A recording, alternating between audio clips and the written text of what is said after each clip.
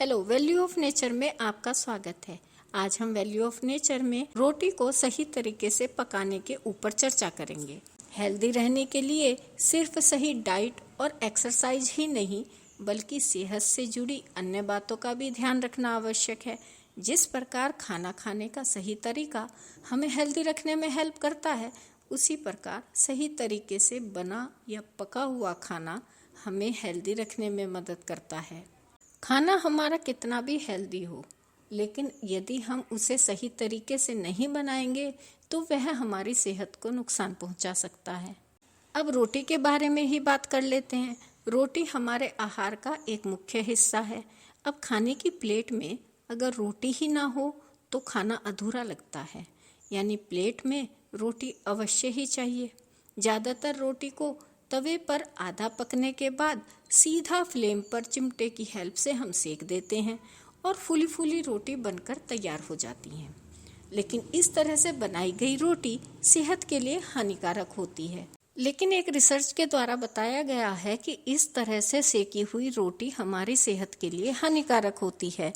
General environment science and technology में प्रकाशित एक रिपोर्ट के अनुसार एलपीजी गैस स्टोव से ऐसे एयर पोल्यूटेंट उत्सर्जित होते हैं जो हमारी सेहत के लिए हानिकारक होते हैं। और वो कौन कौन से हैं? वो हैं कार्बन मोनोऑक्साइड और nitrogen dioxide.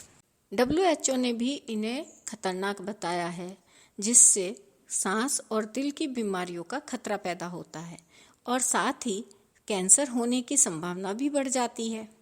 Nutrition and cancer journal में प्रकाशित एक स्टडी बताती है कि तेज आंच पर खाना पकाने से कार्सिनोजेंस प्रोड्यूस होते हैं। इसीलिए हमें चपाती को या अन्य खाने की चीज़ों को सीधे गैस की आंच पर नहीं सेकना चाहिए। ये कार्सिनोजेनिक हमारे शरीर के अंगों के लिए हानिकारक होता है।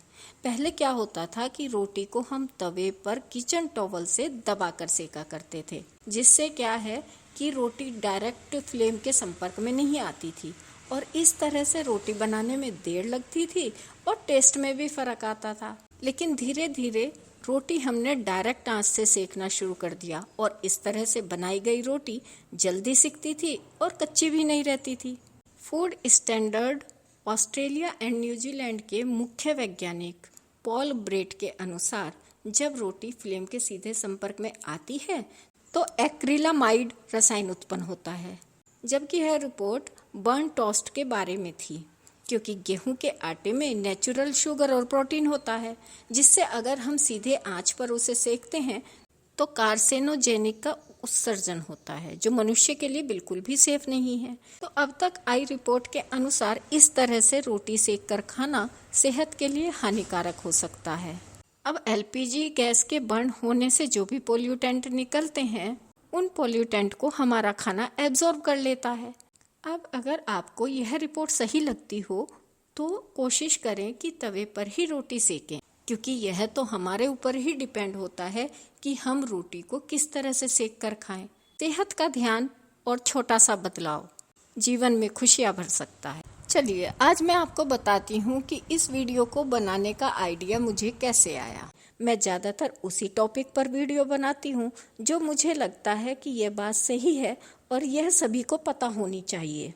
अभी कुछ दिनों से मेरी गैस पर बर्तन काला हो रहा था, यानी कि मेरे बर्तन का तला काला हो रहा था।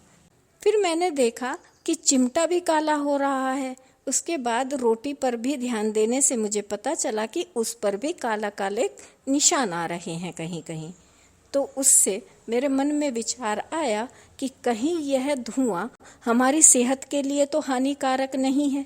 यही सब पता लगाते लगाते मुझे वैज्ञानिकों की ये रिपोर्ट्स मिली और मुझे लगा कि यह बात मुझे आप लोगों से शेयर करनी चाहिए, इसीलिए मैंने ये वीडियो बनाई है।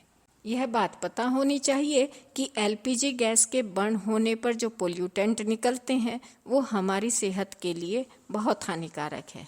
अब अगर आपको हमारी यह जानकारी सही लगती हो तो प्लीज़ इस वीडियो को शेयर अवश्य करें। अब अगर आप हमारी वीडियो पर नए हैं तो प्लीज़ लाइक कीजिए, शेयर कीजिए और सब्सक्राइब करना ना भूलें। ऐसी ही और जानकारी लेकर फिर हाजिर होंगे। तब तक स्वस्थ रहें, खुश रहें और हमारे चैनल से जुड़े रहें। Thank you.